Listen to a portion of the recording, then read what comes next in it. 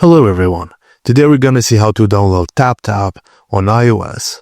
Firstly, open your iPhone or iPad, then launch the App Store. Tap on the search icon at the bottom right corner, then type TapTap into the search bar, then press Enter. Look for the app developed by TapTap Pte Ltd and ensure it's the correct app to avoid downloading unofficial versions.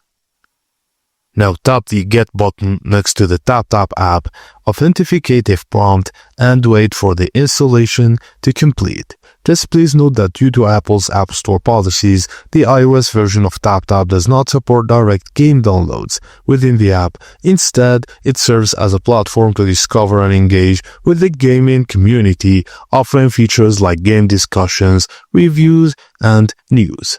And that's it, guys. Thank you for watching, and please don't forget to like and subscribe for more.